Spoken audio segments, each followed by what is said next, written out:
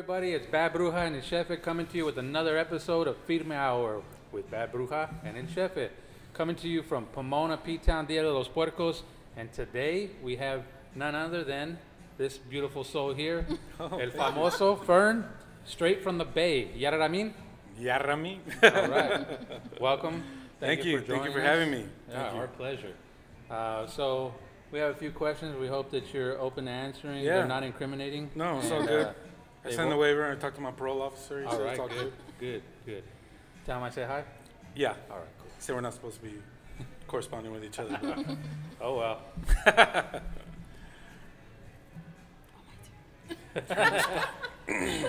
Hi, Nicole. Hi guys. Hello. All right, the first question. Who Yes. are you? Like, who's El Famoso? Man, I get that all the time. It all started back in like 2009 when I had to, like, you know, when the economy crashed and stuff, and I lost the shop, and I had to kind of like reinvent myself, you know. And so, I mean, I know so many people, like, they always call me like Famous Fern or Famous Fern, and then you know, we were actually starting a little Mexican rockabilly band back in like 2009, and we were called Los Famosos. Oh, that's cool. You know, we were gonna like, you Garage know, band? Yeah, like garage punk, and then like wear luchador masks and mariachis and all that stuff. And right away I was like, well, El Famoso then. And then it just kind of stuck. You know what Cool. Awesome. I mean? That's a good look for you with the mask, right? Yeah. Yeah. No. Cut. No. I'm just kidding.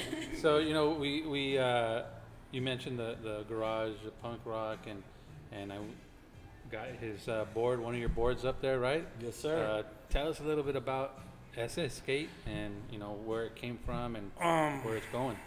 It was kind of one of those things where the last 10 years of my life have been kind of like a roller coaster, like kind of up and down, and just trying to find, you know, what I'm supposed to be doing. Because, I mean, I've been a tattoo artist since I was 16 years old. I'm 44, but I felt like I was supposed to be doing something different, you know what I mean? And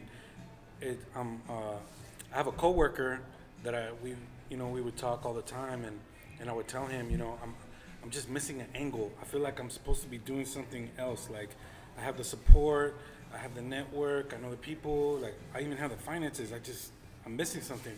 And then it just came to me one day when I was at the skate park, and I was like, me and my brother, I was like, we're gonna start a skate company. And I called him that day, and I go, hey, we're gonna start a skateboard company. And he goes, all right, let's do it. Now, the reason why that was huge is because it's my brother, and he's known every dumb idea I've ever had my whole entire life. You know what I mean? Like, let's be ninjas, let's start Ghostbusters, you know what I mean? Let's start a band. And it's always been, no, you're dumb, no. And that day when I called him, and he said, yeah, let's do it, I was like, whoa, I think I got something here. Yeah, right. And what was confirmation is that night, he had called me and goes, hey, are you really want to do the skateboard company, or is this another one of your dumb ideas? And I was like, nah, let's do this. Yeah. And he's like, all right. I said, then we got to come up with a name. And then that was like another mission, you know what I mean? Because we, you know, so my brother, he's like a 90s skater. He comes from the 90s era, and I come from the 80s era, you know what I mean? Where I always tell people, yeah, right, like it was like punk rock, like skaters were kind of like the outcasts, like we were like the bad kids that smoked, and, you know, but also we used our skateboards as transportation, you know what I mean? Like the tricks and stuff was cool, but like I actually rode my skateboard like every day, you know what I mean? And so, you know, we were just like, we want to combine both worlds, you know what I mean? Because my brother and I were so different, but yet we come from the same place. So we have like the best of both worlds, you know? That's where like all our t-shirts and all our prints like have all those crazy colors. Like that comes from him, you know what I mean? Like me, you know what I mean? We keep it black and white, gray, you know what I mean? And it's like, you know, he's like the guy with like, oh, let's do a teal print, let's do a gold print, let's do an orange shirt with the red letters. And I'm like, man, nobody's gonna wear that stuff. And man, like, They wear it. they love it, man. They really do. Like, it's crazy. Like, that was like the first experience of me like stepping outside of myself and just like looking at everything from a different perspective. Right. So how'd you come up with SS Skate? So at first we were gonna be, I know that, and from the beginning we wanted to come up with a name that was like a wordplay. You know what I mean? Like, we want to introduce like the Latino culture into the skate world, like with a heavy presence, but not a presence of like yo, we're taking over, but like a presence of like, yo, this is who we are. This is what we're influenced by. You know what I mean? Like, it's all love. So that being said, we were like, first name was like Hood Brothers. You know, and we were like, it would be cool because we'd be like Hood Brothers. The team will be the Brotherhood. You know what I mean? And he was like, that's stupid. And then like every name we came up with, Ghetto Brothers, Brother Ghetto, like all it was like Chancla, like all these dumb names. And then finally he was like, you know what? I don't even want to do this anymore. And I was like, oh, it'll come to us, right? And then one day I was at the shop and I was like, you know what? I'm coming up with a name today for sure, no matter what.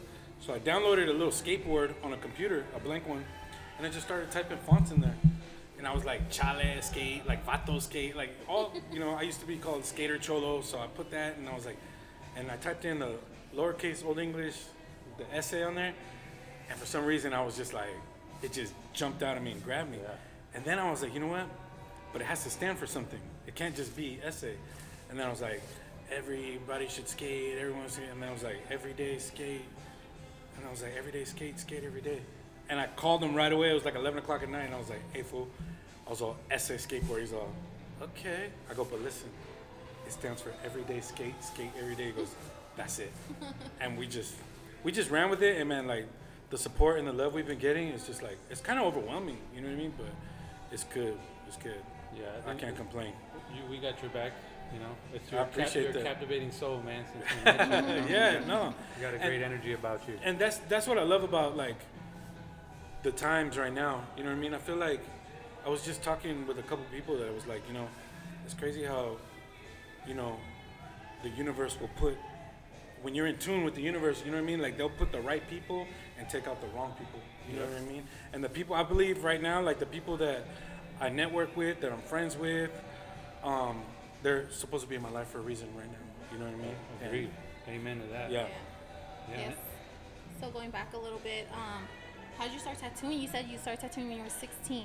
Yeah. How did that happen? So, you know, basically, so I always, you know, so at my shop, my business partner, he's only 27 years old, Sergio Mendez, and he's a very talented tattoo artist. Right now in the Bay Area, he's like what's hot. You know what I mean? Like everyone's coming to see Sergio, and but they're young. You know what I mean? He's only like 27, and the other guy is like 30. And, you know, so I work with these youngsters, and I told them like, you know, it's crazy to me how you guys find a tattoo artist and you look at his portfolio and what he charges. And back when we were getting tattooed, it was like, yo, my cousin just got out of prison. He's over here. If you can get him some beer, yeah, he's in a room over. And we're just like, let's go. I was never like, oh, so what's his IG? Let me. Do you have a portfolio? You know what I mean? No, it was like you sat down and you either liked it or you didn't. You know what I mean? And I have a tattoo right here of a girl that's already covered up, but I remember this guy. We used to go to him all the time to get tattooed, and I started like simplifying the patterns because I was like, okay, obviously he can't handle this. So I was like, let me simplify and simplify. And then I remember he was doing a tattoo as a girl with two roses. And I was looking at the pattern that I drew. And I was looking at the tattoo. And I was looking at the pattern tattoo. And I was like, this doesn't even look like what I want. And I was like, I could do better than this. You know what I mean? And then after that, my compa, he was like, hey, my sister-in-law just got out of prison. She got a tattoo machine. Like, let's hook it up, and it just started from there. And I used to be the guy where it was like, I think I could do it this time. Like, come on, let's go. You know what I mean? Because I have friends that I've been tattooing for over 20 years that they won't let me touch them. I'm like, come on, fool, like I'll get down now, and they're like, no, I remember that. Like, it didn't go away. You know what I mean? Yeah. So tattooing was just something that I just kind of fell into, and like once I started it, like I was just in love with it. You know what I mean? I got into my first tattoo shop in San Francisco when I was 19. And I remember I tattooed, that's when I tattooed my face when I was 19 years old. And back then, like when you had a tattoo on your neck, you were crazy, fool. They were like, oh, damn, this was psycho. So when I went on the face, they were like, it's over. Like even my boys were like, dude, there's no coming back. And I was like, well, I'm going to either make it or die trying. You know what I mean? Tattooed on my face. Exactly. Yeah. So, and I mean, I've been doing it ever since, man. I've been blessed. I've been fortunate to be able to travel and meet people, and you know, we just be a part of their life forever. Just recently, right? The brother Mike Rios was up there. For the second time. Yeah, for the second time, man. And it's crazy because I just came back from Arizona, and you know, he hit me up and he was like, stop by. Now, you know, it's your turn to stop by. You know what I mean? And as I was coming through the desert, he texted me the address, and I was like, man, I don't know. Like, I'm already late. Like, you know, I'm always late for everything. And then I looked at the GPS, and I was like, man, it was only 10 minutes away. So, like, I couldn't, like, not stop by. Yeah. And then everything worked out fine. Like, I got to stay there, hang out with them for a little bit. That dude, he's very inspiring, man. Like, his artwork, and like, he's got style, and his energy. Yeah. He just don't give a fuck. Yeah, exactly. I call him the machine. Yeah, he is. He's like even when I went to his shop and I seen all his flash, and I was like, who did all this? And he was like, I did. And I was like, dude, you're a machine, dude. Like, what? Like, where do you find the time to do this? You know what I mean? Like, yeah, he's up till 5 in the morning. Apparently, yeah, I was texting for real. him yesterday. But yeah, he's, you know, at first, shout out to Mike Rios, by the way. Yes. At first, I was kind of hesitant about using his hashtag. Mike Rios goes hard. Oh yeah. I was like, you know. He lives up to the name. He lives up to the name. Yeah. And like, you know, I just didn't want people to think funny. You know, like. Oh yeah, no. But no, it's his hashtag that he uses is him. Yeah, and that's the thing about him.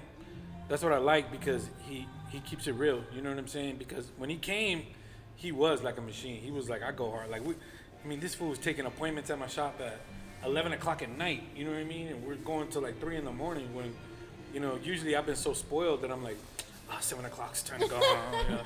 Time to watch Netflix, time to watch The Office. You know what I mean? Where he's just like, bam, bam, bam, you know, and he, you know, shares information and stuff like that. So, you know. And then we have another mutual friend, camarada, in common that I know you have a pretty strong history with, and that's Los from Servants. Yes. So, you know, if you don't mind, you know, share a little bit of your history, background with Los. So with Los, I met him about 5 years ago at a show in Uptown Whittier.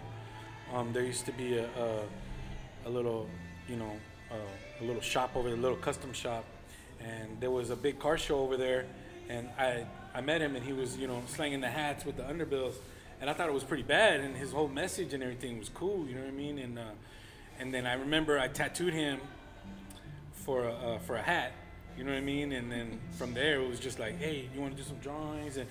And you know, I've done drawings for a lot of people, and I'm very selective nowadays, like who I do artwork for, because I don't ever like to compromise my art, you know what I mean? I don't take it personal. Like, you know, my thing is I can draw something for you, and I'll change it a couple times, but if you start being like, nah, let's do it like that, and picky, then I always tell people, you know what, I'm just not the artist for you, you know what I mean? Like, you know, and that's fine, you know what I mean? But so with Carlos, he's one of the few people that I'll throw him a design, and he'll be like, nailed it, perfect, or hey, switch this a little bit, do it like this, and now I understand, you know, when I draw for him, like what he expects and how he needs it laid out and stuff like that.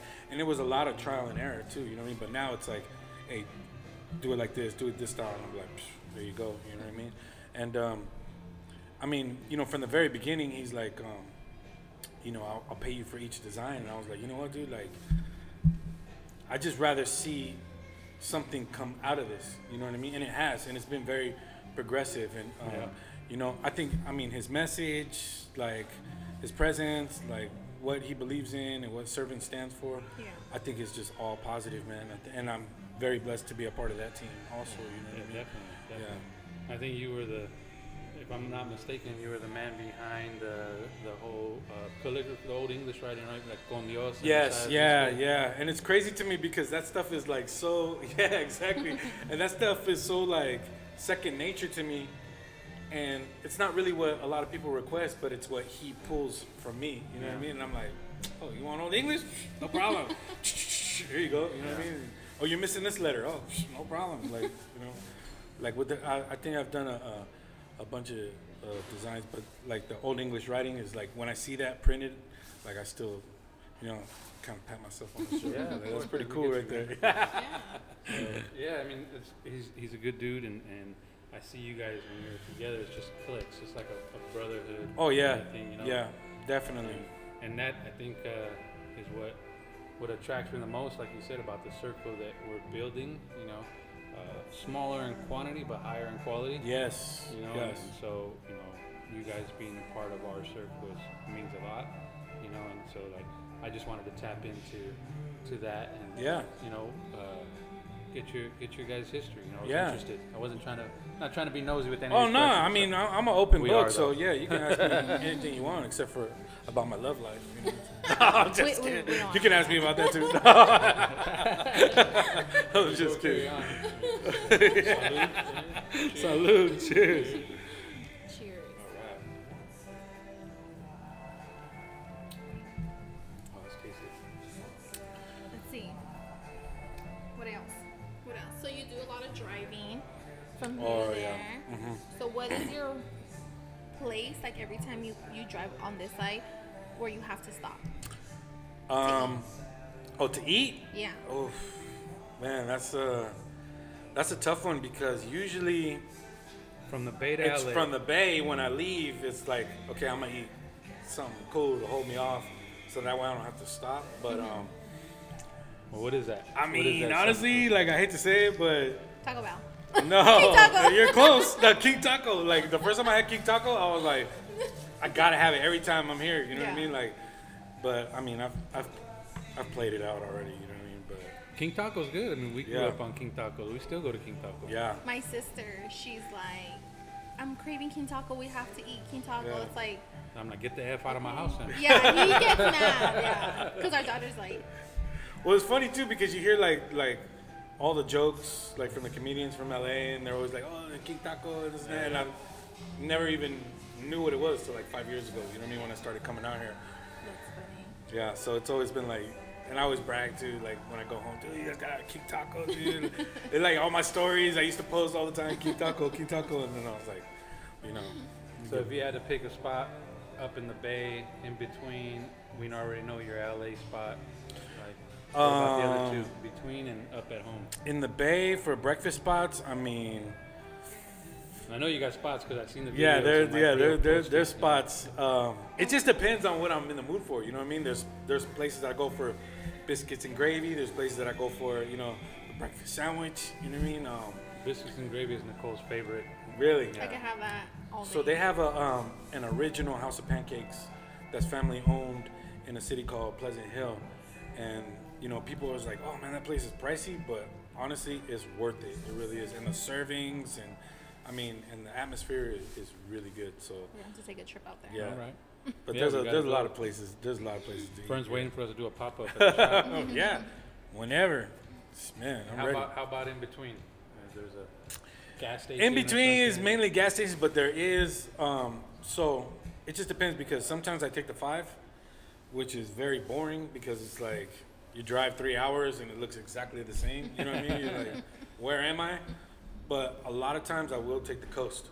So if I take the coast, I'll stop at like, you know, either Santa Maria, Pismo Beach, San Luis Obispo. You know, if I'm feeling fancy, I'll stop by the Madonna Inn. You Ooh, know, fancy. yeah, that place is, you know, it's, I mean, their food is cool, but it's more the atmosphere, you know what I mean? And then Pismo Beach has breakfast spots, Zorro's, All American Cafe, really good places right there too. You ever so. tried the clam chowder at Pismo? In Is it the at the Pismo? Splash Cafe, yeah, Splash yeah, Cafe. yeah. Well, Pismo used to be my second home because a buddy of mine that I've been tattooing with for over 20 years, he owns a shop called Tiger Rose, which sadly just closed down last weekend, but he's opening up another spot in San Luis Obispo. So Nice. Yeah. We were out there a lot. Rick worked out there for a while. Okay. So we Almost would, a year, yeah. yeah, Okay. every other weekend we drive out there. yeah, I love it out there, man. Yeah, we love Pismo it. Beach is, I almost ended up out there, well, us permanently, but yeah, you know, Puercos happened. So right, right. yeah, I worked at I was the exec chef at the embassy out there. Okay, Yeah, right by the Madonna Inn. yes. But yeah, it's just slow. What is it? Gum Alley or something like that? Like they have. Oh yeah, yeah, San Luis Obispo, Yeah. yeah, Gum Alley. Yeah. The so gum wall, that's what it is, yeah. How about, gross. Yeah, it is. Because when you start to think about it, right, like all these people was chewing this gum, they just spit on the wall. yeah, right. I Yeah. think we have a picture where I was like holding my daughter's head, like to get a piece. I put $1 right there, and there was like, ugh, it Ew. was gross. Like, took the gum I was spinning. You know. So you know, other thing that we see I see on your posts and stuff, and Nicole sees it, is your love for punk rock music. Oh yeah. You know, where does that stem from? And I know where it fits in with skating and stuff like Right. that, but And you were going to start a garage band. Yes, I actually. So we started a band back in I think like November, and we were called. So it was a little Mexican, Russian, punk rockabilly band. And we were called Mezcal Mule. And then I got in my accident, and then been down for the last 4 months. But we're actually talking about getting back together and starting to write songs and stuff like that. But my love for punk, I mean, the only way I can describe it is when I was very young. So we were the first Latino family to move to a city called Concord. So my father passed away when I was 5 years old, and my mom was, I think she was like 24, 25 years old. And, so my grandfather helped her get into a condo out in a town called Concord, was like maybe like 30 miles east of Oakland. And we were the first Latino family to live in this complex, you know what I mean? So everyone else was like predominantly white, but it was crazy because it was like our condos was like this complex where it was like all these like single families, like broken families, you know what I mean? Like either divorced or, widowed or whatever. And they were predominantly white, and that's what they used to listen to, you know what I mean? And then the punk rock, and then there was a bowling alley that was right next door to the apartments, and we used to play video games in arcades, and you would see the punkers like smoking and Mohawks. Mohawks, or like stoners with like the long hair, and I, just started listening. Like one of the first albums I ever bought was at a garage sale, and it was an AC/DC album, and I never heard of AC/DC, and it was For Those About to Rock, We Salute You. And I just remember it had the cannon on there, and I had no idea what this record was. And I got home and I played it, and I just found love, you know what I mean, with the guitar sound, with the energy. A lot of times, like especially like youngsters, when you try and show them like the 80s punk or like that kind of music, they're like, this music sucks. They're like, they sound like they don't even know how to play, you know what I mean? And it's like, well, really it was about the energy of the music, you know what I mean? It wasn't really about how well they played, it was about how it made you feel, you know what I mean? Versus like what was actually, being heard with the musical ear. So, I mean, I guess it didn't really take off until I was about 11 years old, and my mom had bought me an electric guitar for Christmas. And after that, it was over. You know what I mean? It was over. Like, forget about Amplifier it. and everything? Amplifier. Like, I learned distortion. She got me some guitar lessons, and they try to teach me like theory, like playing scales and learning the chords. And I remember I used to tell my guitar teacher, I was like, look, man, my mom's paying for these lessons, and I don't want to even learn this stuff you're teaching me. Like, I want to learn some Metallica, I want to learn some Slayer, I want to learn some Black Flag. And I was like, dude, I'll tell my mom to go somewhere else, you know what I mean? And she'll listen, you know what I mean? And he was like, look, check this out. How about this? For every lesson you take, and you let me teach you, the scales or the chords, he was like, I'll teach you a Metallica song. And I was like, cool. And we went through like Kill 'Em All and Ride the Lightning, and after that I was like, I don't even need this guy anymore. Like, I already got what I need. Yeah, I'm accomplished already. Yeah, exactly. Yeah. And then you find like, and then I had a friend that was a drummer, and then we started a band called Society Dropouts. We were like in 7th grade, you know what I mean? I was like, now I think back and like, Society Dropout, like we live with our parents. Like, what kind of society are we talking about? Right. So, and then, we just used to jam and stuff. And it all tied in with like, the punk rock went along with the skating and that whole scene. And it's a trip. A lot of people don't know that, like, the only reason why I got into like the other stuff is because, so across the neighborhood they had some Latino families that were, that came over and that are established. And one of the first role models that I actually looked up to, you know what I mean? Like, my compa Amador, I've known him since kindergarten, and I just remember his mom just being at home, taking care of the kids, making sure the house is cool, like making sure dinner's ready, making sure, the kids have like everything they need, and his dad just being like this hard worker that just and provided like, a home for his whole family, you know what I mean? So But my compa has older brothers, and they were like cholos and like stuff like, you know what I mean? Like we're into the scene. Right. And they would look at me and they would be like, what's up with your boy, dude? Like, what's with the long hair? Like, what's with the white boys? You know what I mean? Like, why you act like a white boy? You know what I mean? Like, and it was always that, you know what I mean? And a lot of people don't know, so I started getting in trouble at an early age.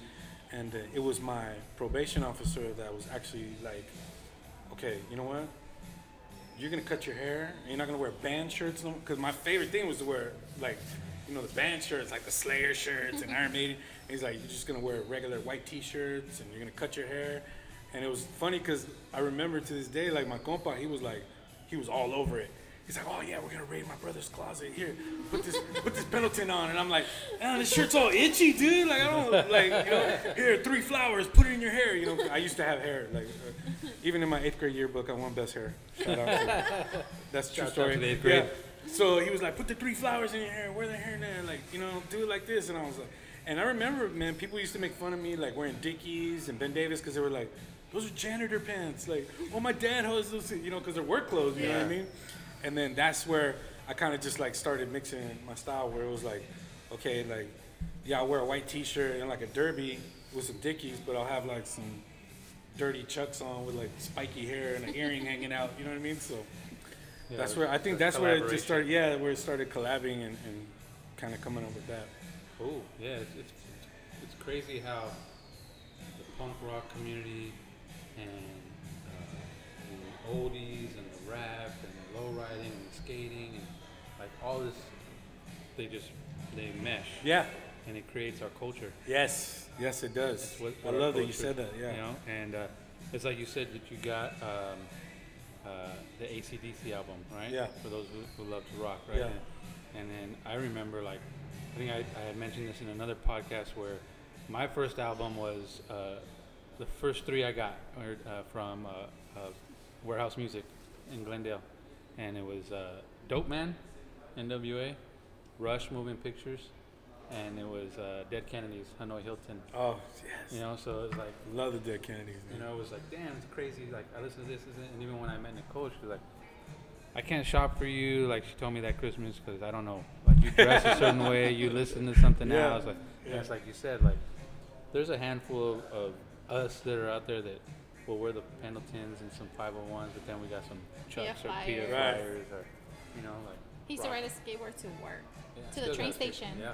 Oh, okay. Yeah. And So you got a little skater my- history, Oh too. yeah, my friends used to tell me, hey, you're not white. And same thing. Yeah, you know, exactly, like- right? I said, I know that, but they didn't understand it. You know, Right. like riding our skateboards, like you said earlier, was to get transportation. Yeah. But it's also how we got in trouble. Yeah. You know, I remember skating, and we'd go on. We'd call them adventures, and like we're skating, and the last person, you pull the branch down and let it go, and then whack them, and or we pick up a newspaper and throw it back. Right, and right. Trying to make each other eat shit. So, and then we got tired. We grabbed the back of the bus and we'd Yeah. go as far as we can before either someone called the cops or Right. you know, the bus driver stopped, and you know, and then it just it escalated from there. You know, Yeah. slap ups. And Yeah. So it just now. Look at us. We're just Yeah. kids in older bodies. Yeah. You know, you're No. skating, you know, still, and I ride my skateboard around. They were making fun of me a couple weeks ago because I rode my skateboard to a meeting in downtown. And they're like, you gonna ride your skateboard? Like, yeah. Yeah, why And then not? when I got there, they're like, you rode a skateboard here? Yeah. Okay. Yeah. So it just, it's hard to give it all up, you know, and And it's just crazy how those are the kind of things I feel like that just come around full circle. You know what I mean? Like, because, you know, yeah, I started skating when I was like, like 9, 10 years old, and I skated all the way till I was like, you know, probably like 18, you know what I mean? And then you stop and life happens, and then, you know, I had just picked it up again probably like 3.5 years ago, you know what I mean? And it was like riding a bike. Like, I just fell in love with it again, and then it was like, I was just skating all the time, like every day. Like, somebody canceled an appointment, I was like, all right, guys, I'm out, you know what I mean? We're Or going to skate. got a day off, hey, we're going to the park all day, you know what I mean? So yeah, you know, you say you go to the park, and we seen What? that I'm kind of trying to go towards this question. I think I know where we're going with this. Yeah. So you had an adventure at a park recently, right? Yes. So, real quick, So for us, the skateboard company is not just a skateboard company. It's like, it's a part of us because my brother will tell you that skateboarding saved his life. About 6 years ago, my brother had an accident. Out of nowhere, he had a pinched nerve and he was crippled. He was bedridden. I mean, he went from bedridden to a wheelchair to like, and this is like over a process of years. You know what I mean? Like, doctors were saying he wasn't gonna walk again and stuff like that. And I've seen my brother overcome these obstacles. You know what I mean? To where, 3 years into skating, I was like, hey, dude, have you ever thought about like trying to skate again? And he was like, nah, dude, like, like that dream's over. And one day he just called me and he's like, hey, I think I'm ready.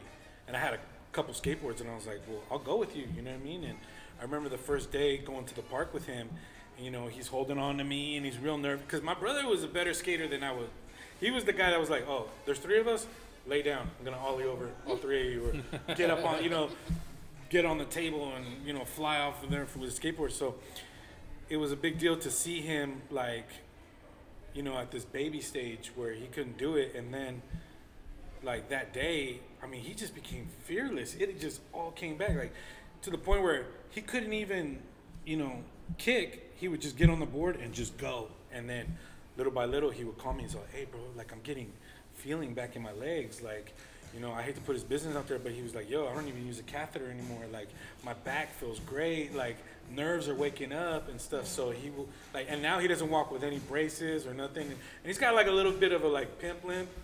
Which is funny because I'm like, this isn't a good look for us. Like, you're limping, I'm limping, and we're like, hey, we have the skateboard company. And you mentioned we offer Aflac. Yeah, exactly.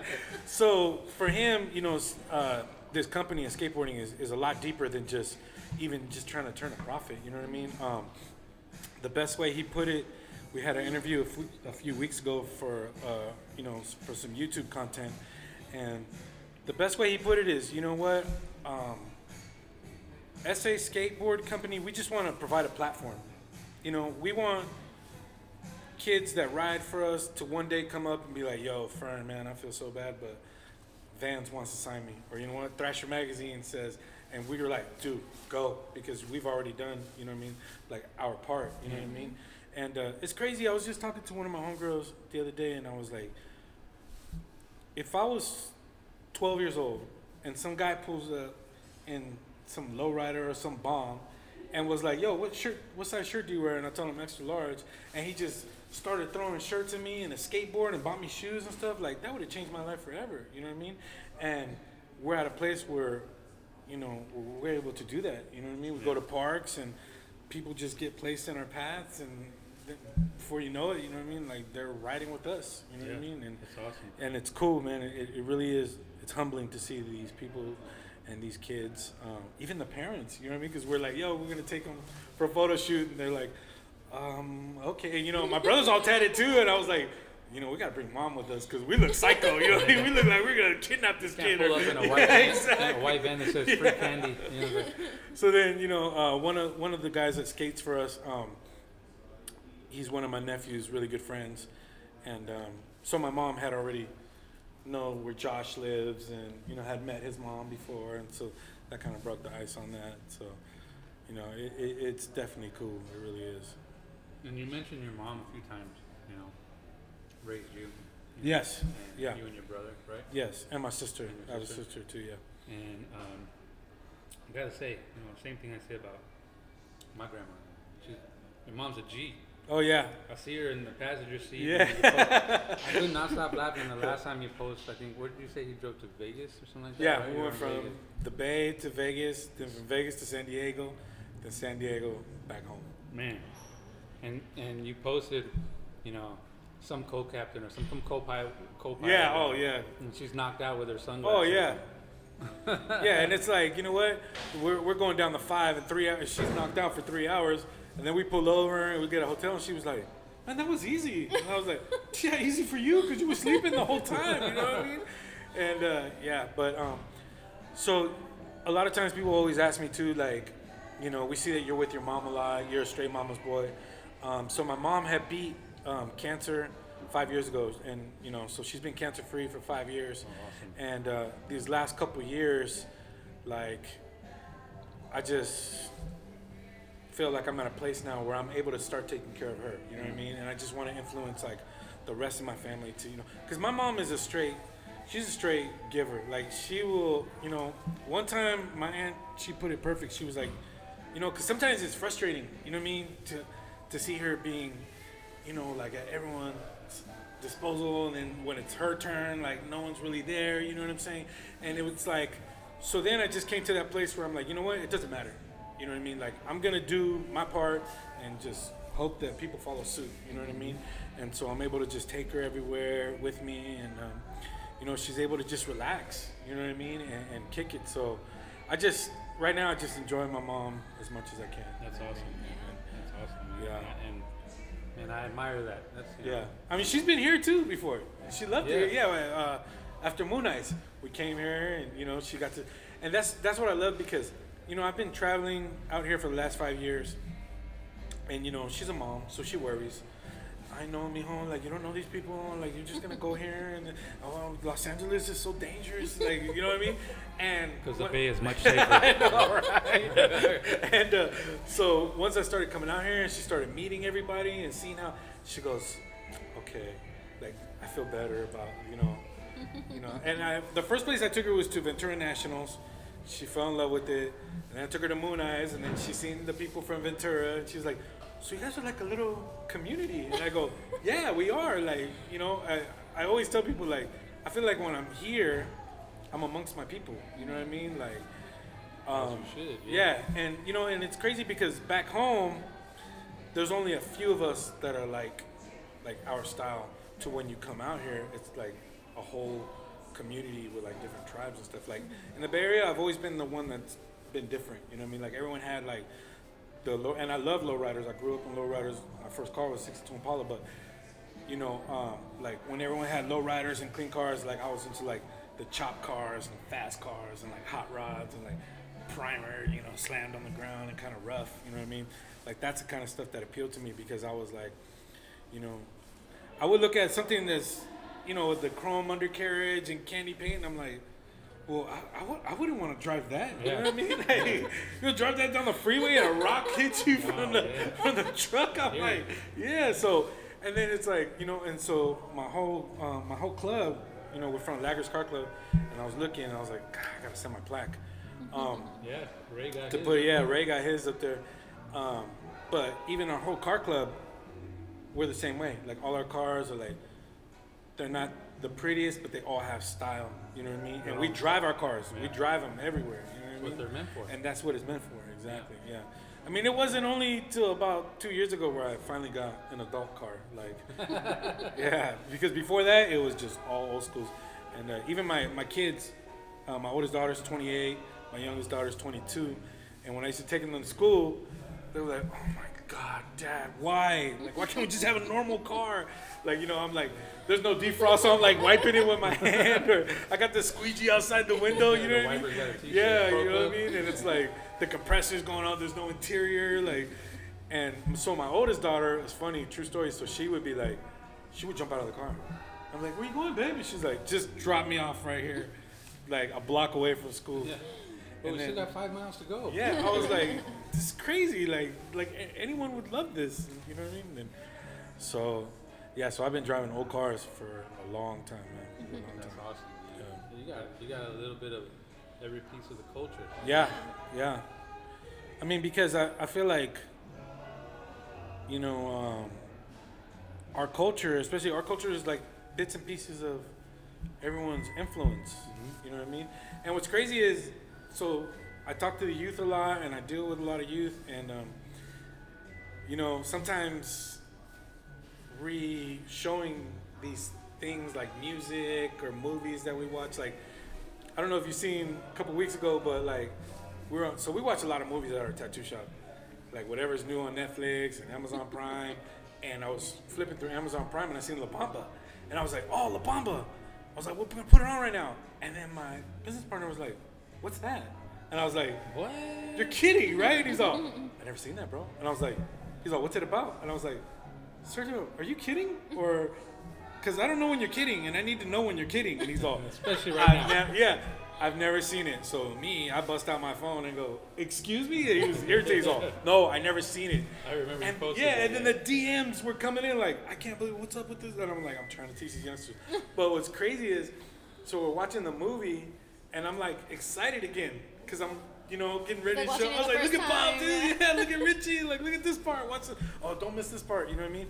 And it's funny because after the movie, oh my God, and this was the worst part. So like, Richie dies and everything, and then he was like, oh man, that movie was dope, man. That movie was sick. And he goes to the bathroom and he's about to miss the whole Reggie, and I'm like, where you going, dude? It's not over yet. You know what I mean? And then he used the bathroom and it came out. I had to rewind it for him. I'm like, bro, you're gonna miss the best part, like, right? Like, how are you gonna walk out on that part? You know what I mean? Like, it's almost like what you wait for. Might The as whole well not watch the movie. Exactly. Yeah. But then it's funny because he's like, now I understand who Bob is. You know what I mean? He's like, I never knew. Now I get the memes. Yeah, now I get the memes and I understand. And I go, yeah, And it's you say you work with the youth a lot, so we're getting close to wrapping it up. So if you can share a message with the youth that they may watch this video, and what's something that you like to share with them? So for the youth, whenever I get a chance to talk to anybody young, man, I just push education. Just education is so important. I wish we grow up and they talk about education, but they don't really expand on what education means. And for me, my message to the youth is that education means critical thinking and self-help and being able to function in a systematical society. You know what I mean? I talk to youth all the time, especially at-risk youth. You know what I mean? I have a couple friends that they're like, we get a guy with a suit and tie, and they're not gonna listen to him, but they see you and you look all psycho, like, you know what I mean? And you can actually talk to them, right? Smashing your yeah, exactly. Because when I talk to them, I'm like, yo, I'm gonna just talk the way I talk. You know what I mean? And they're like, that's what they need. And I tell them, I go, this history, it may be bullshit to you. This trigonometry or all that stuff might be bullshit to you. But here's what it is. When they give you a problem and you challenge yourself to solve it, you have completed a very small goal. And as we know, small goals turn into big goals.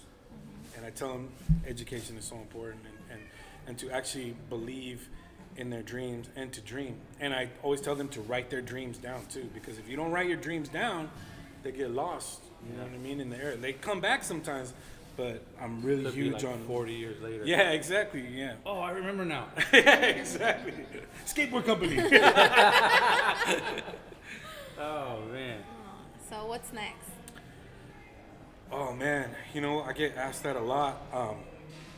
I don't know what's next. I just know right now I feel like my position is just to continue to support those that support me and even support those that don't support me, and to just continue to spread love. Like, everyone that knows me lately, they know I'm on some, I always say I'm on some hippie shit where I'm on some peace, love, happiness, unity, you know what I mean? And the progression of not even just our culture, but just a progression of people, man. You know what I mean? Like, so like I say, this can all be over tomorrow. You know what I mean? So I just enjoy it and live it to the fullest every day. That's it. Yeah. That's it. Well, we appreciate you blessing us with your presence. Nah, man, I Thank appreciate you. you guys Thank you for having me. stopping. Yeah, no problem. Yeah, and thank you for, sharing your wisdom and your experiences, and keep it pushing, man. We got your back. Right on. We're part of that Appreciate movement, and like our mutual friend says, quotes the Bible: "Iron sharpens iron." All day.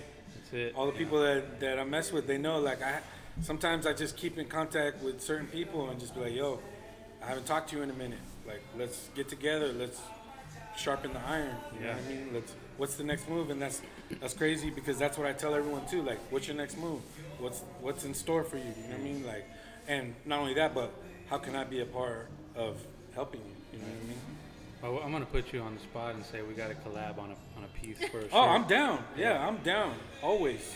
Yeah. We got to get El Famoso and El Mochomo. Yeah. So we'll get it going. Well, Yes, sir. brother, thank you so much for Thank being you here. for having me. I appreciate And, it.